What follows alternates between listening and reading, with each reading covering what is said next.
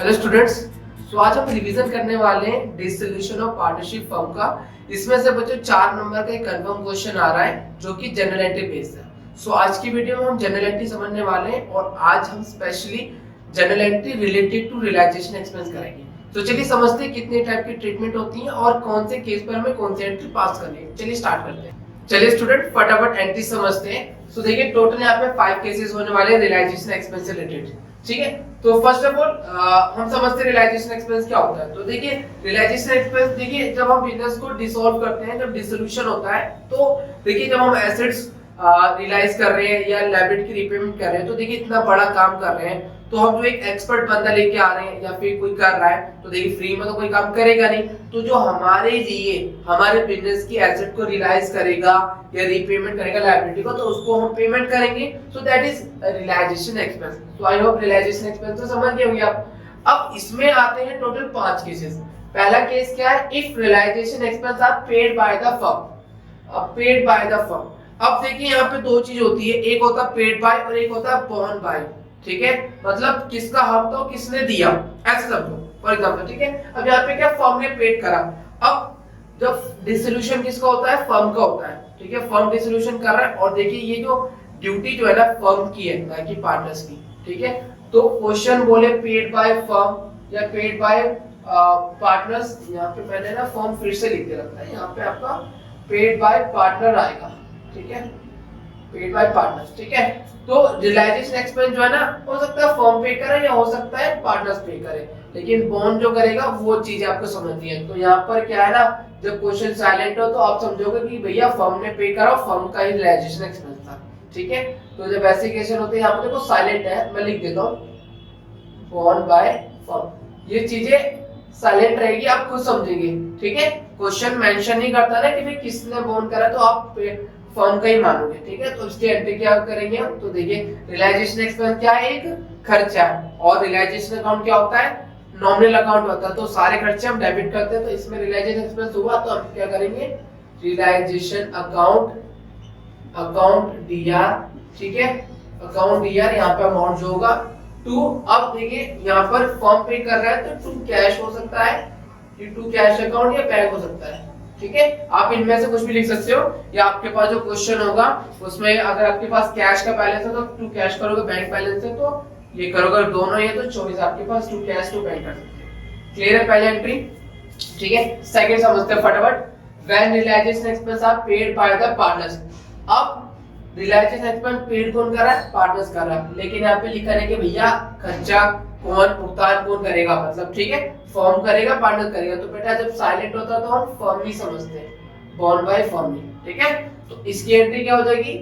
तो इसकी एंट्री करेंगे सिंपल, हमारा देखिए खर्चा तो अब भी हो रहा है, तो एंट्री आ जाएगी realisation account Dr, same to same entry, यहाँ तक तो यही सेम ही होगा।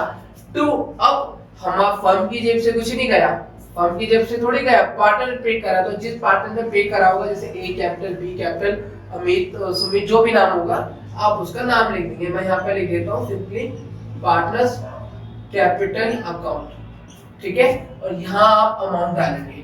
क्लियर आए हो? एंट्री ठीक है, कोई दिक्कत नहीं है। फर्म का रियलाइजेशन एक्सपेंस था, पार्टनर्स ने पे करा, तो रियलाइजेशन अकाउंट टू, और जिसने पे करा उसका नाम डाल दोगे आप।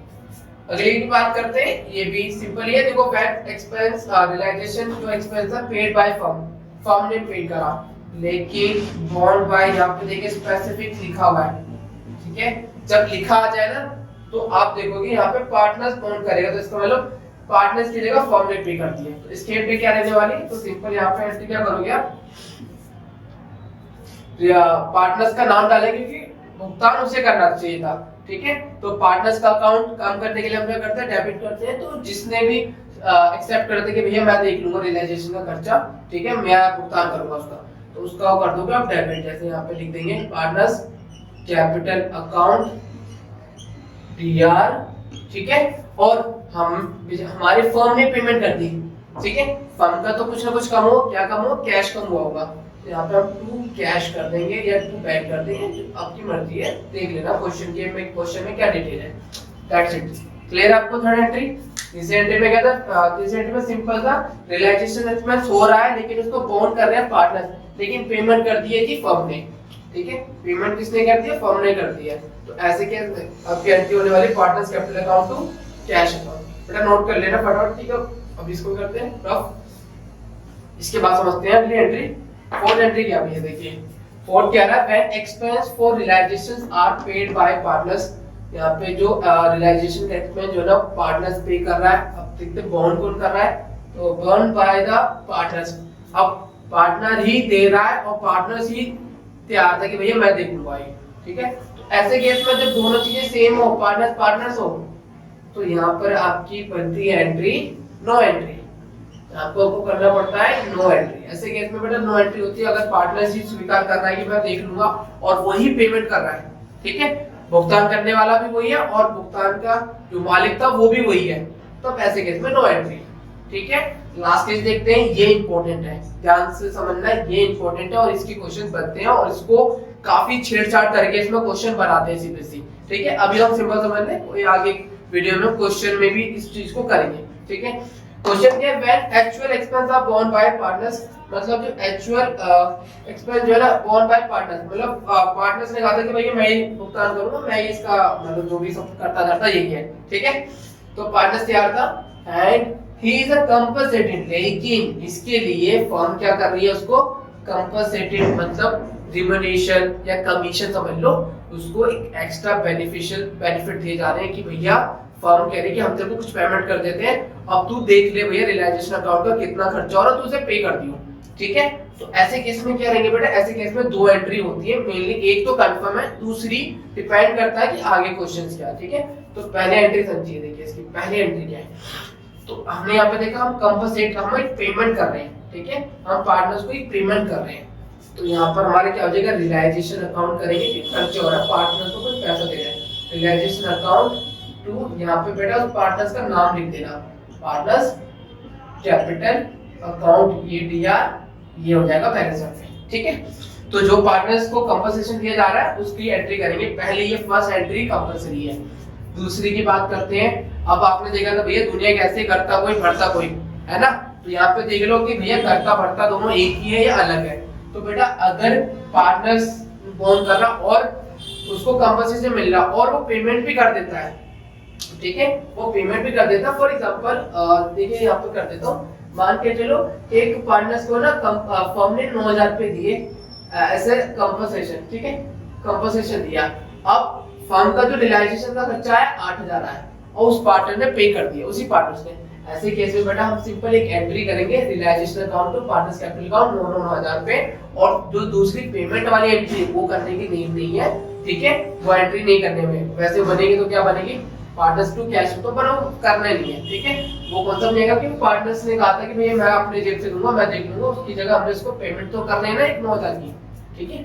लेकिन अगर इसमें चेंज हो जाए, अगर इसमें पार्टनर्स फोन कर रहा था लेकिन और फर्म ने इसके लिए कंपनसेशन दिया, उसके बावजूद भी पार्टनर्स की जगह फर्म ने पेमेंट कर दी, अगर फर्म ने पेमेंट कर दी, इसमें मैं बता रहा हूँ बेटा दो चीजें हो रही है, एक फर्म हो रही है और एक पार्टनर्स हो रहा है। तो अगर पेमेंट वाली बात, ठीक है, पेमेंट अगर फर्म कर रहा है तो ऐसे में सेकंड एंट्री भी बनती है। वो सेकंड एंट्री क्या होती है, तो सेकंड एंट्री देख लो, उस पार्टनर्स का नाम डाल दोगे, partners capital account to cash account, ठीक है, partners capital account to cash account, ये सेकंड एंट्री हो जाएगी, ठीक है। आई होप क्लियर है बेटा। फिर से रिकॉल कर देता हूं, इसमें क्या है, अगर एक पार्टनर्स को हमें कंपनसेशन अमाउंट दे रहे रियलाइजेशन को हैंडल करने के लिए, और अगर वही पेमेंट कर रहा है तो एक सिंपल एंट्री पहली रियलाइजेशन टू पार्टनर्स कैपिटल। लेकिन अगर कंपनसेशन देने के बाद भी फर्म दे रही बेचारे पैसा, तो फर्म पार्टनर से वापस ले लेंगे, इसलिए पार्टनर्स का अकाउंट है to cash account. So that's it for today. I hope आपको ये सारी बातें समझ में आ गई होगी। नेक्स्ट वीडियो में एग्जांपल से भी कर लेते हैं तो आपका कॉन्फिडेंस लेवल और आपकी नॉलेज और गेन होगी। चलिए मिलते हैं नेक्स्ट वीडियो में।